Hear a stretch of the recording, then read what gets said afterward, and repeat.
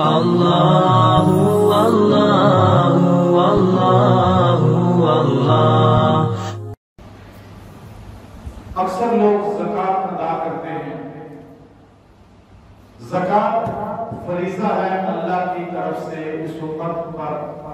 5 احکام، ان میں ایک حکم زکوٰۃ کا ہے۔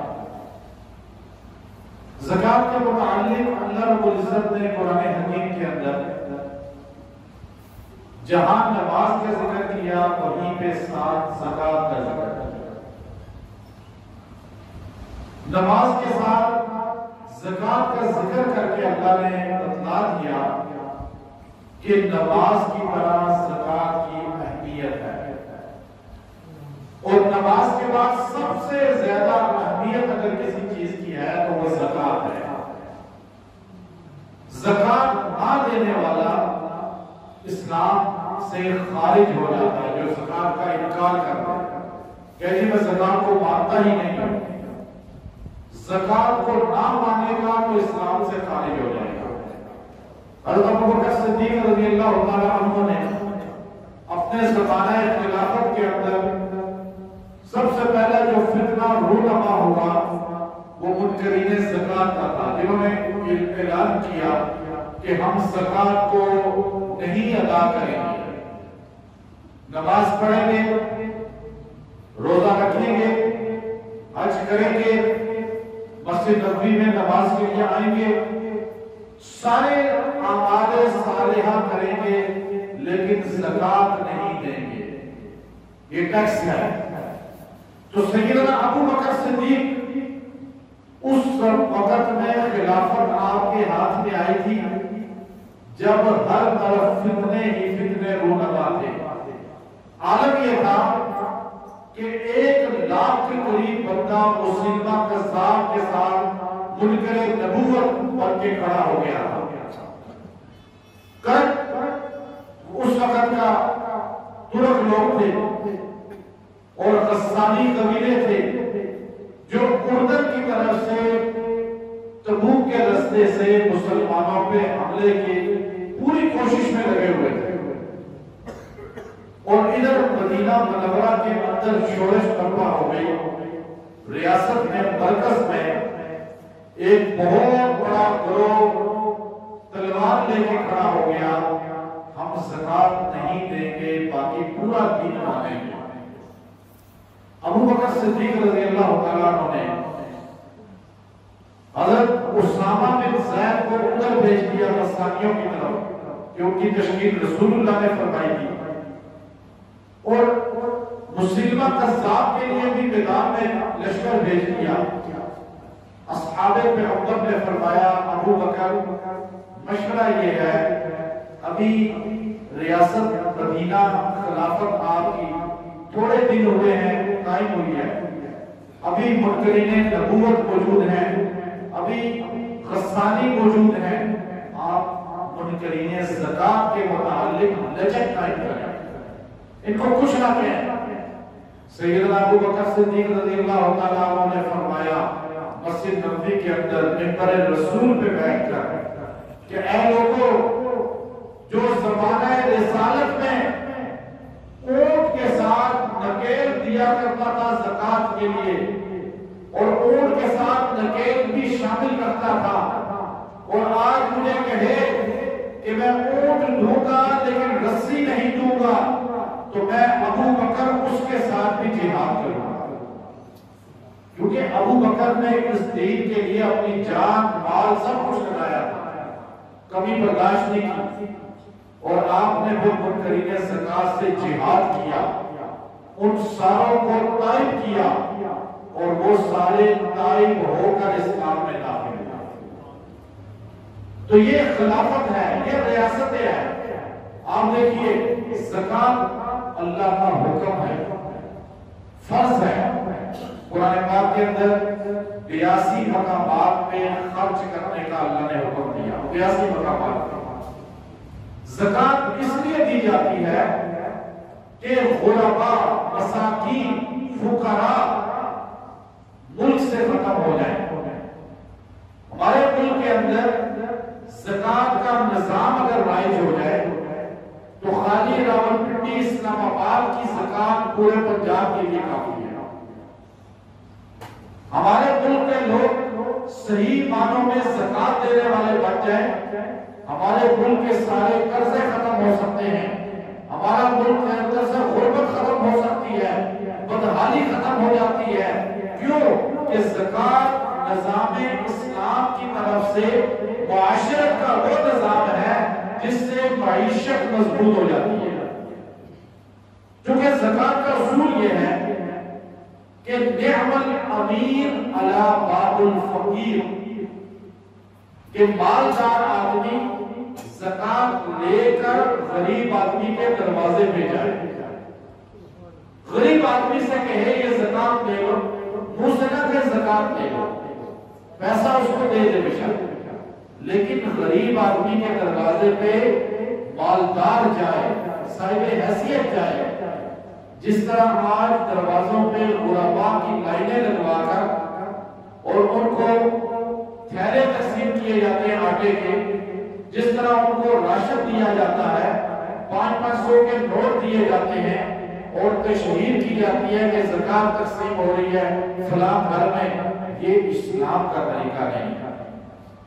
زکات اس لیے نہیں ہے نظام، نہ ہم نے زکات کو سمجھا ہے، نہ زکات ہمارے عوام سمجھی، نہ ہمارا مذہبی طبقہ سمجھا، نہ ہمارے حکمران سمجھے۔ جس دن زکات کا نظام ہمارے حکمرانوں کو، ہماری عوام کو سمجھ آ گیا، آپ یقین کر لیں غربت ختم ہو جائے۔ اب زکات اللہ کا حکم ہے، ٹیکس نہیں ہے۔ ایک غریب آدمی تھا، بہت غریب آدمی، امام غزالی رحمۃ اللہ علیہ نے واقعہ لکھا، وہ غریب آدمی بارگاہ رسالت میں آیا، آ کر عرض کرنے لگا یا رسول اللہ میں بہت غریب ہوں، میرے گھر میں کھانے کو نہیں ہے، آپ اگر دعا فرمائیں تو میرے ہاں خوشحالی ہو جائے۔ اللہ کے رسول علیہ السلام نے ہاتھ اٹھا دیے۔ جب اللہ کا پیغمبر ہاتھ اٹھائے تو خوشحالی کیسے نہیں آئے گی؟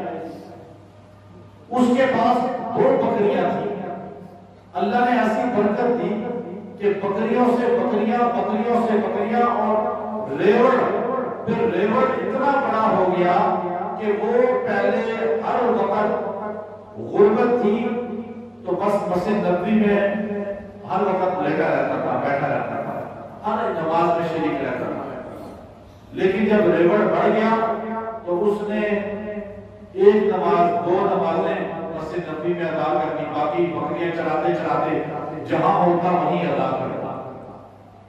پھر اتنا ریوڑ بڑھ گیا کہ شہر مدینہ میں اس کے جانور اتنا بڑا ریوڑ رکھنے کی جگہ نہیں تھی، جب وہ نکلتا تھا تو ریوڑ اتنا بڑا ہوتا تھا کہ آخر اس نے مدینہ سے باہر سائڈوں پہ پہاڑوں میں پڑاؤ ڈال دیا۔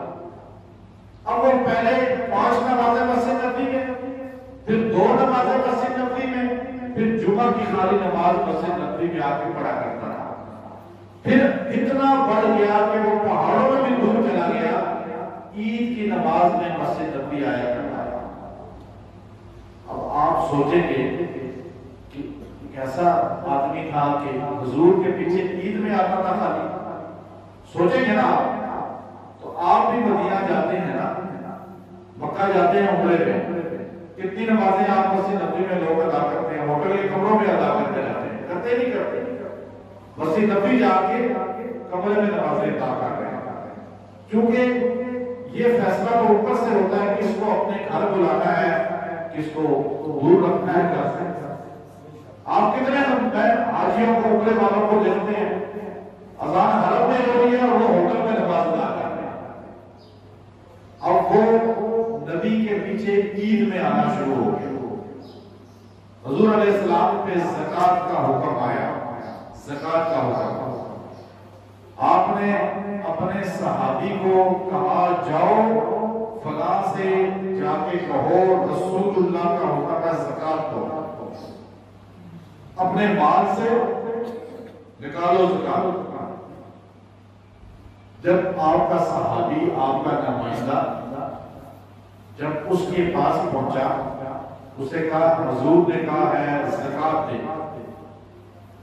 اس نے کہا استغفر اللہ، اللہ غریب ہو گیا کہ ہم سے مانگ رہا ہے. اس نے کہا بھائی میں قاصد نبوت ہوں، حضور کا قاصد بن کے آیا ہوں.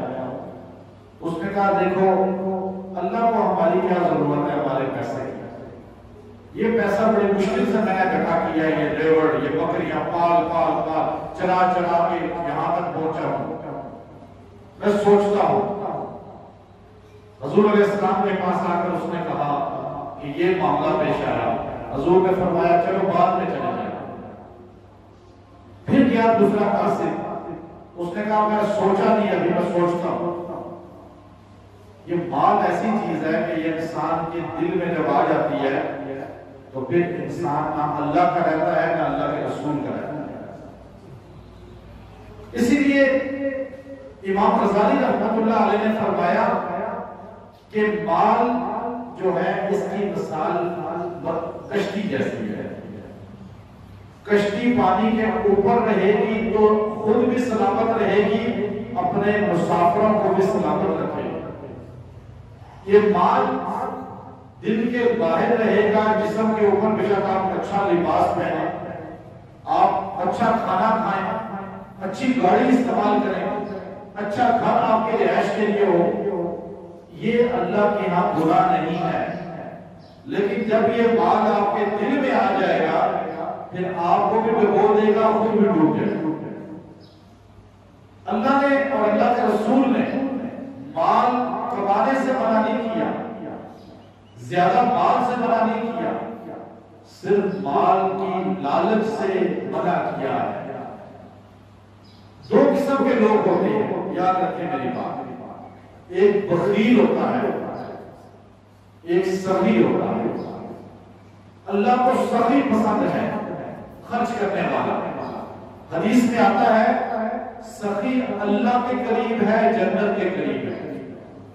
سخی آدمی اگر فاسق بھی ہے نا، اللہ کے رسول نے فرمایا سخی آدمی اگر فاسق ہے، فاجر ہے، گناہگار ہے، لیکن سخی ہے، اللہ اس کی سخاوت کی وجہ سے بھی اس کو جنت میں بھیجے. یہ حدیث کے الفاظ ہے. حدیث میں آتا ہے بنی اسرائیل نے بچڑے کی پوجا کی. کس کی پوجا؟ بچڑے. اس کو سجدے کی. اللہ نے حکم دیا موسیٰ علیہ السلام کو، یہ کتنے لوگ ہیں جنہوں نے بچڑے کی پوجا کی؟ گنتی کی گئی تو کتنے نکلے؟ 70,000. کتنے؟ اب آپ بشک کہاں میں جہاں مرضی سجدہ کریں، آپ کو وہ حکم نہیں آئے گا، کیونکہ اللہ نے بھی لچک دی ہے. ہمیں اللہ کے علاوہ کسی جگہ سجدہ جائز ہے؟ ان لوگوں نے کس کو سجدہ کیا؟ بچڑے کو. اللہ نے حکم دیا، قرآن میں ہے ان کو قتل کیا گیا. قتل کرو ان کو، معافی نہیں ہے قتل کے علاوہ. ایک قتل، دو قتل، ہزاروں قتل ہو گئے، ہزاروں. جو فرد ان کو بچڑے کی پوجا پہ لگانے والا تھا، جس نے بچڑے کو یہ سارا معاملہ بنایا، مسجود بنوایا اور لوگوں کو غلط عقیدہ دے کر موسیٰ علیہ السلام کی غیر بزرگی میں بچڑے کے سجدوں پہ لگا دیا، اس کا نام تھا سامری. قرآن میں آتا ہے اس کا نام کیا تھا؟ سامری. جب اس کو لایا گیا قتل کرنے کے لیے، اللہ نے موسیٰ کلیم اللہ سے کہا اے موسیٰ اس کو نہ قتل کرنا، اس کو نہیں قتل کرنا، یہ بدبخت ہے، یہ ان ساروں سے بڑا مجرم ہے. یہ جو قتل ہوئے ہیں یہ توبہ کر کے قتل ہوئے ہیں، یہ سارے جنت میں جائیں گے، توبہ کر کے قتل ہوئے ہیں. لیکن یہ بدبخت ہے، فاسق ہے، بہت بڑا بدبخت ہے، لیکن اسے قتل اس لیے نہیں کرنا کہ یہ سخی ہے. اس کی سخاوت سے میں اس کو دنیا میں سزا نہیں دے رہا، لیکن آخرت کی سزا اس کو ملے گی. مسقط میں اس کی قبر ہے، عمان میں. جادو کی بنیاد اس نے رکھی، بہت بڑا جادو کرتا سامنے. بچڑے میں سے آوازیں آتی تھی، بڑا لمبا واقعہ ہے اس کا. سخاوت اللہ کو اتنا پسند ہے کہ اللہ تعالیٰ سامری کو معاف کر سکتے ہیں تو محمدی کو معاف نہیں کریں گے؟ جو نبی کا امتی ہوگا سخی ہوگا، اس لیے سخاوت اختیار کریں، تو جوسی نہ کریں، بخل، یہ قرآن میں لفظ آتا ہے، باقی واسطہ بنا قرآن میں ہے۔ بخل کی دو قسمیں، ایک قسم ہے بخل، ایک ہوتی ہے شحیح، شح نفس، قرآن میں وہ بھی آتا ہے لفظ۔ بخیل اس کو کہتے ہیں جس کی جیب میں پیسہ ہے، اپنے پہ لگاتا ہے، اپنے گھر پہ لگاتا ہے، لیکن لوگوں پہ نہیں لگاتا، مخلوق پہ نہیں لگاتا، یہ بخیل ہے۔ اس فرد کے بارے میں قرآن کہتا ہے کہ یہ اللہ سے بھی دور ہے، جنت سے بھی دور ہے، ایسی اس کی سزا ہے بخیل۔ اور جو شحیح عربی میں کہتے ہیں اس کو جو اپنے پہ بھی نہیں لگاتا اور اپنے گھر والوں پہ بھی نہیں لگاتا اور اللہ کے بندوں پہ بھی نہیں لگاتا۔ اس کی حالت دیکھیں گے، عجیب حالت ہے، پتہ چلے گا فقیر آدمی ہے، بھولیا ہی سے فقیر لگتا ہے، کروڑ پتی آدمی۔ میں ایسے کتنے لوگوں کو جانتا ہوں، ان کو حلیہ دیکھیں حیران ہو جاتا ہے، مسکین بنتے ہیں، غریب بننے کی کوشش کرتے ہیں۔ ایسے ہمارے 10ویں طبقے میں ایک اور ہیں، میں اکثر اپنے علماء کرام سے بھی کہتا ہوں، علماء کرام بھی ہمارے اکثر بڑا اللہ نے نوازا ہوتا ہے، لیکن لوگوں پہ شو نہیں کرتے کہ نہیں لوگ کہیں کہ پولیس صاحب پیسے والے ہیں، تو اس لیے لوگ پھر چندہ نہیں دیں گے۔ مثال دے رہا ہوں، آپ کو اللہ دیتا ہے، آپ دین دار ہیں، جو بھی جو ہے آپ اللہ کی نعمت کا اظہار کریں، اپنے پہ لگائیں، گھر والوں پہ لگائیں، اللہ کے بندوں پہ لگائیں۔ شحیح بننے والا جنت میں جا ہی نہیں سکتا، بخیل جنت میں نہیں جا سکتا۔ اللہ کے رسول سخی تھے، آل رسول بھی سخی ہیں۔ حضور علیہ السلام فرماتے ہیں سب سے زیادہ دینے والا دنیا میں اللہ ہے، حضور یہ فرمان بتا رہا ہوں، اس کے بعد دینے والا اللہ کے بعد محمد رسول اللہ۔ سخی تھے آپ، کبھی اپنے گھر میں کچھ نہیں رکھا، حضور کے گھر میں 3 دن فاقہ رہتا تھا، لیکن حضور کے پاس ڈھیروں سامان آتا، غلہ آتا، سونا چاندی آتا، آپ فقراء لوگوں میں تقسیم کر رہے ہیں۔ سیدہ عائشہ ایک دن کہتے ہیں کہ یا رسول اللہ، آپ نے صبح اتنا مال تقسیم کیا، گھوڑے تقسیم کیے، اونٹ تقسیم کیے، بکریاں تقسیم کی، سونا تقسیم کیا، یا رسول اللہ گھر میں تو روٹی کھانے کی نہیں ہے، نوالا نہیں ہے۔ کہا عائشہ مجھے یاد کرا دیتی میں رکھ لیتا، ایک ٹائم کا کھانا رکھ لیتا۔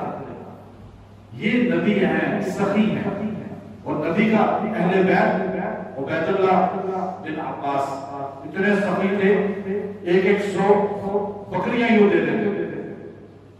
ایک آدمی کے گھر میں بارش ہو رہی تھی صحرا میں، ایک صحرا میں ایک جھوپڑی دیکھی، آپ سے پوچھا گیا ایک مرتبہ مدینہ میں کہ اے عباس کے بیٹے، آپ تو سخاوت میں بہت نام رکھتے ہیں، کیا آپ سے بڑا سخی بھی کوئی ہے؟ کہ ایک غریب آدمی جو جھوپڑی میں رہنے والا وہ عباس کے بیٹے سے بھی سخی ہے۔ کہا وہ کون ہے؟ کہا بارش ہو رہی تھی کہ جھوپڑی میں پناہ لی، اس کو نہیں پتا یہ کون ہے، بس مہمان ہے۔ اس نے فوراً میرے لیے اونٹ سے بات کی، میں نے اونٹ کھایا، بارش ختم ہو تو جو اگلے دن بارش، اس نے دوسرا اونٹ سے بات کیا۔ میں نے اسے کہا کہ میں تو چند کلو گوشت کھاتا ہوں اور تم نے ایک بندے کے لیے دوسرا اونٹ بھی ذبح کر دیا۔ اس نے کہا میں مہمان کو باسا کھانا نہیں کھلاتا، ہم اس کو خوش کر کے رکھ لیں گے، ہم بعد میں کھاتے رہیں گے۔ تیسرے دن بارش کی، اس نے ایک اور اونٹ ذبح کر دیا۔ چوتھے دن بارش کی، چوتھا اونٹ ذبح کر دیا۔ 7 دن بارش رہی، ابن عباس کہتے ہیں 7 اونٹ اس بندے نے ذبح کیے۔ میں نے سوچا کہ اس بیچارے کے پاس تو یہی اونٹ تھے جو اس نے ذبح کر دیے۔ 7ویں دن بارش رکی تو وہ گھر میں نہیں تھا، میں نے 3000 دینار 300-400 اونٹوں کی قیمت بنتی ہے. وہ میں نے تھیلی میں ڈال کے اس کی بیوی کو دیے اور ہم نے کہا اجازت. اس نے کہا لا حول ولا قوت، ہم کوئی مہمانوں سے پیسے لیتے ہیں؟ یہ ہمارے نبی کی تربیت نہیں ہے، لے جاؤ پیسہ. یہ تو میں نے اپنے نوکر سے کہا کہ ایسا کرو اس کے دروازے پہ چھوڑ کے آ جاؤ. ہم جب دور نکلے تو وہ بدو گھوڑے پہ بیٹھا ہوا دوڑتا ہوا ہمارے پاس پہنچا. اس نے کہا یہ 300 دینار اپنے واپس لو. 3000. ہم نے کہا یہ تم رکھ لو. اس نے کہا پیسے واپس لو ورنہ نیزہ میں تمہارے جسم میں داخل کر دوں گا. ہم مہمانوں سے پیسے لیتے نہیں، ہم خرچ کرتے ہیں. کہتے ہیں میں نے اپنی زندگی میں اس سے سخی آدمی نہیں دیکھا. ہمارے یہاں تو بخیلی ہے، ایک مہمان گھر آ جائے تو ہم پریشان ہو جاتے ہیں. دل تنگ ہو گیا ہمارے، عورتیں پریشان ہو جاتی ہیں مہمان آ گیا. یہ آل رسول یا حضور کی تربیت نہیں ہے. تو خرچ کرنا یہ اللہ کو پسند ہے، اللہ کے رسول کو پسند ہے، جنت کے قریب. اور زکات جو ہے یہ تو فرض چیز ہے. وہ خرچ مستحب ہے جو میں نے آپ کو بتایا، یہ فرض ہے کہ آپ کے اوپر فرض ہے. حضور نے اس بندے کے پاس تیسری بار بھیجا، اس نے انکار کہا میں سوچتا ہوں. جو بندے کہتے ہیں میں سوچتا ہوں، سوچ کے بتاؤں گا، سمجھ لو نہیں کرے گا. وہی ہوا. حضور نے کہا، حضور کے الفاظ، حضور نے کہا اب اس سے زکات نہیں لینا. حضور دنیا سے چلے گئے، وہ مرتد ہو گیا. حضور نے اس کو ڈالا جزا کر دیا. ابو بکر کا زمانہ آیا، پھر بھی اس نے زکات نہیں دی. حضرت عمر کا زمانہ آیا تو اس وقت اس کو ٹھوکریں لگی. وہ بارگاہ میں آیا، کہنے لگا عمر میری زکات وصول کریں. حضرت عمر نے کہا میں زکات نہیں لے سکتا. حضور کے پاس پہلے آیا زکات، بعد میں آخری ایام میں حضور نے زکات اس کو واپس کر دی. میں اس سے نہیں لوں گا. ابو بکر کے پاس آیا، ابو بکر نے کہا جس کی زکات رسول اللہ نے رد کی میں نہیں لے سکتا. پھر عمر کے پاس آیا، عثمان غنی کے پاس آیا، سب نے زکات کا مال لینا اس کا رد کر دیا. یہاں تک کہ اسے ایسی بیماری لگی کہ وہ مدینے کی گلیوں میں پھر پھر کے آوازیں لگاتا تھا کہ میں وہ بدبخت ہوں جس کا زکات رسول اللہ نے رد کیا. ایک دن گلی میں مرا ہوا پڑا تھا، اٹھا کے اس کو یوں گڑھے میں دفن کر دیا. زکات نہ دینا عذاب علیم ہے. قرآن کہتا ہے جو زکات نہیں دیتا وہ دردناک عذاب کا شکار ہوگا. دردناک عذاب. اب زکات کیا چیز ہے؟ 9 چیزوں میں زکات ہوتی ہے: سونا، چاندی، نقدی، اونٹ، گھوڑے، بکریاں، گائے یا گندم، جو یا منقع. 9 چیزیں یہ، ان میں کیا ہوتی ہے؟ زکات ہوتی ہے. اب ان کی مقدار کو میں گندم جو ان چیزوں کا ذکر نہیں کروں گا کیونکہ آپ لوگ زمیندار لگائے اس طرح یہاں وہ سلسلہ تو ہے. ہمارے یہاں سونا اور چاندی اور نقدی، یاد رکھیں جو آپ اسلام بڑی سہولت کا مذہب ہے، تکلیف کا مذہب نہیں ہے. یہ کوئی ٹیکس نہیں ہے. اب دیکھیے اسلام کتنا زبردست مذہب ہے. آپ نے گھر اپنا بنایا ہوا ہے، اسلام کہتا ہے اس پہ کوئی زکات نہیں. آپ نے گاڑی رکھی ہوئی ہے، اسلام کہتا ہے کوئی زکات نہیں. آپ نے قیمتی فریج رکھا ہوا ہے، گھر میں قیمتی اے سی لگائے ہوئے ہیں، آپ نے فانوس قیمتی لگائے ہوئے ہیں، اسلام کہتا ہے کوئی زکات نہیں. اس سے آگے بڑھیں 2 قدم.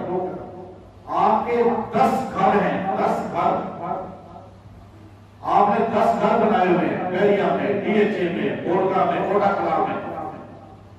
آپ کو ایک گھر جو آپ کا بنا ہوا ہے 2-2 کروڑ کا ہے. اب ہونا تو یہ چاہیے تھا زکات ہونا اس پہ. ایک گھر تو آپ کے رہائش کے لیے، 9 گھر تو آپ کی رہائش کے لیے. لیکن اسلام دیکھیے، اسلام نے کہا کہ 10 گھروں پہ کوئی زکات نہیں، کیونکہ آپ نے وہ بزنس کے لیے نہیں لیے.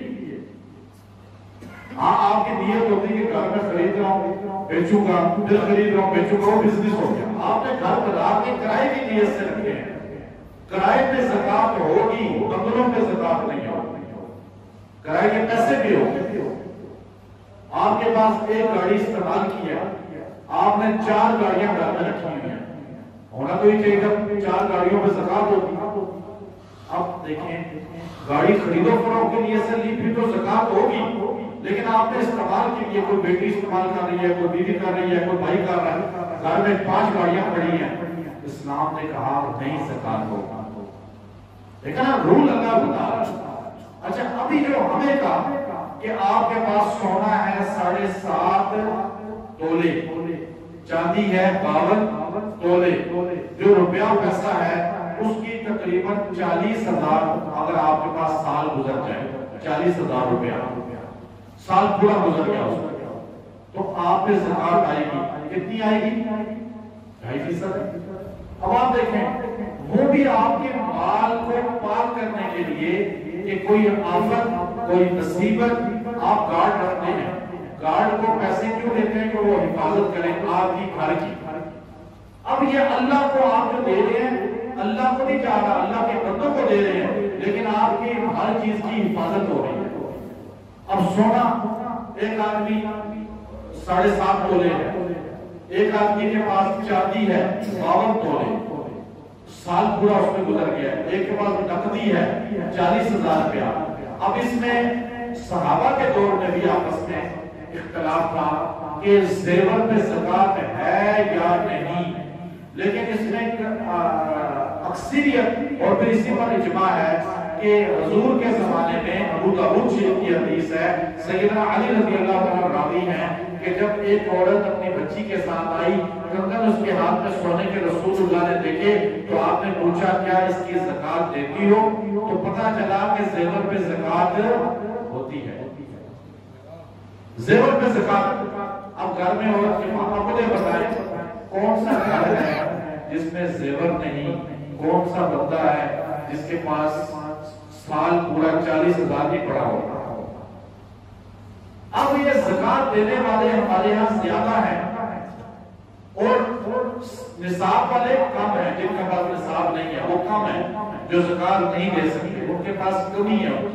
ہمارے ہاں اگر زکات دینے والے بن جائیں، ہر بندہ صحیح معنوں میں زکات دے، حکومتی صحیح شعبہ ہو، صحیح جگہ ہو جہاں زکات کا پیسہ جمع ہوگا، یہ ہمارے حکمرانوں کے ذات پہ خرچ نہ ہو، ان کے بیرون ملک دوروں پہ خرچ نہ ہو، یہاں جو بینکوں میں زکات کٹتی ہے یہ پیسہ کہاں جاتا ہے ہمیں کوئی پتہ نہیں ہوتا، اس لیے بینکوں میں زکات کٹانا ہمارے علماء فقہاء کے نزدیک جائز نہیں ہے، کیونکہ آپ کو پتہ ہونا چاہیے زکات کہاں جا رہی ہے۔ آپ نے اگر ایک آدمی کو زکات دے دی، وہ آدمی اگر صاحب نصاب تھا اس پہ زکات نہیں لگتی، اس کے پاس ذاتی گھر ہے، گھر میں اس کے زیور بھی ہے اور اس کے پاس جو ہے اس کا گزارا بھی چل رہا ہے، اور آپ کہہ رہے ہیں کہ یہ غریب آدمی ہے اس کو زکات دے دو، یہ زکات نہیں لگتی جب اس کا گھر صحیح چل رہا ہے۔ جو بالکل غریب ہے صاحب نصاب نہیں ہے، آپ نے صاحب نصاب کو زکات دے دی تو آپ کی زکات نہیں لگے گی۔ آپ نے تلاش کرنا ہے بندہ کون ہے مستحق، یہ نہیں کہ گاڑی سے آپ ہاتھ باہر نکال کے فقیر کو 5,000 دے دیں کہ یہ غریب ہے، نہیں، آپ کو کیا پتا وہ غریب ہے یا نہیں، بھولیا بتایا ہوا اس نے۔ اس لیے اصول بتایا اسلام کا، نعم الامیر علی باب الفقیر، امیر آدمی فقیر کے دروازے پہ جائے، تحقیق کرے، ہم آپ اپنے طور پہ تحقیق کریں، پتہ کر لیں، یعنی ایک آدمی پہ آپ کو ڈاؤٹ ہے کہ یہ آدمی شاید صاحب نصاب ہے، حیثیت والا ہے، آپ اس سے تھوڑا پوچھ لیں، اپنے طور پہ بندوں سے پوچھ لیں کہ بھائی میں نے سنا ہے آپ کے 2-3 گھر ہیں، آپ کا فلاں ہے، اس سے آپ تھوڑی سی باتیں کر لیں، آپ کو اندازہ ہو گیا کہ اس کے پاس نہیں ہے، آپ اس کو زکات دے دیں۔ اب اگر بعد میں پتہ چلے کہ ہے اس کے پاس، آپ کی زکات پھر بھی ہو جائے گی، لیکن کچھ تحقیق کو کریں، یہ نہیں کہ بس اپنے ساتھ سے اتارتا ہے زکات کے پیسے ہیں کہ کس کو دوں، بس کو جا کے اس کو پکڑا دیے، کوئی اس کو پکڑا دیے، یہ نہیں طریقہ ہوتا ہے سوال۔ زکات سب، اچھا زکات دینی کس کو ہے؟ ان کو نہیں دے سکتے، وہ کون؟ جو آپ کے والد ہیں، جو آپ کا بیٹا ہے، ماں ہے، بیٹی ہے، زکات نہیں دے سکتے۔ اچھا ان کو اصول اور فروع کہتے ہیں۔ اصول کہتے ہیں جو اوپر کی طرف باپ، دادا، پردادا، ماں، دادی، نانا، نانی، یہ اصول ہے آدم علیہ السلام پر جن کا رشتہ ہمارا چلتا ہے۔ فروغ کہتے ہیں بچہ، بیٹا، بیٹی، پھر بیٹا، بیٹی، بیٹے کا بیٹا، بیٹی کا بیٹا، یہ پورا رشتہ جو نیچے چل رہا ہے نا، اسے فروغ ہے۔ آپ اصول فروغ کو نہیں دے سکتے زکات۔ بیٹا کہ جی میں اپنے ابا جی کو دے دیتا ہوں زکات، امی کو زکات دے دیتا ہوں، باپ کے میں اپنے بیٹے کو زکات دے دیتا ہوں، میں اپنی بیٹی کو زکات دے دیتا ہوں، یہ جائز نہیں ہے۔ جو آپ کا، کیونکہ ان پہ تو خرچ ویسے کریں، آپ باپ پہ ویسا خرچ کریں، بیٹے پہ ویسے خرچ کریں، یہ رشتہ ایسا ہے۔ زکات ماں باپ اپنی ساس کو دے سکتے ہیں، بھانجے کو دے سکتے ہیں، بھاجی کو دے سکتے ہیں، جو اصول فروغ سے ہٹ کے رشتے ان کو دے سکتے ہیں۔ یہ رشتوں کو سب سے زیادہ حق جو ہے وہ اپنے رشتہ داروں کا ہے زکات ہے۔ سب سے زیادہ حق کس کا ہے؟ جن کو ہم چھوڑ دیتے ہیں، سب سے پہلا حق ان کا ہے۔ پھر دوسرے نمبر پہ جو آپ کے پڑوسی ہیں، محلے دار ہیں، پھر اس کے بعد آپ کے شہر کے لوگ، پھر مدارس ہیں، پھر اس طرح مختلف طبقے ہیں، یتیم خانے ہیں، کوئی بھی آپ کی ہے، لیکن سب سے پہلے حق آپ کے خاندان کا ہے۔ خاندان کے اندر اگر کوئی غریب ہے اور آپ نے اس کو نظر انداز کر دیا تو آپ پکڑ میں آ جائیں، اور اگر خاندان کے اندر کوئی غریب ہے آپ اس کو زکات دے رہے ہیں تو آپ کو ڈبل ثواب ملے گا، ایک زکات دینے کا اور دوسرا رشتہ داری کا پاس رکھنے کا۔ اس لیے زکات دینے میں احتیاط کرتے ہیں، زکات آگے پہنچانے میں احتیاط کرتے ہیں، اور جس کو زکات دے رہے ہیں بتانے کی ضرورت نہیں ہے کہ میں تمہیں زکات دے رہا ہوں، بس پیسے اس کو تھما دیں۔ آپ کی نیت ہونی چاہیے کہ میں زکات دے رہا ہوں، آپ کی نیت ہونی چاہیے۔ اور زکات کے لیے نصاب رمضان نہیں ہے، زکات کے لیے شعبان نہیں ہے، رجب نہیں ہے۔ جب آپ صاحب نصاب ہوئے، آپ نے بزنس شروع کیا، اسلامی کیلنڈر کو آپ نے ساتھ رکھنا ہے کہ آپ کے پاس پیسہ آیا، آپ نے کاروبار شروع کیا، کوئی بھی چیز شروع کی، تو اس میں آپ دیکھیں گے کہ میں نے جمادی الثانی میں شروع کیا تو اگلے سال جمادی الثانی میں آپ صاحب زکات ہوں گے، زکات دینے والے۔ یہ جھوٹ جلائی نہیں ہے، اس میں اسلامی کیلنڈر ہے، تو اس حساب سے آپ دیکھیں۔ پھر مال تجارت چوتھا، ایک سونا، چاندی، نقدی اور مال تجارت، یہ چار ہیں زکات کے۔ اب اس میں مال تجارت جو ہے، ایک آدمی کا تجارت میں پیسہ جو لگا ہوا ہے، اس میں ایک بندے کے تجارت میں جو پیسہ لگا ہے وہ 2 لاکھ روپے لگا ہے، لیکن جب 1 سال پورا ہوا تو مال ہو گیا 10 لاکھ۔ اللہ اللہ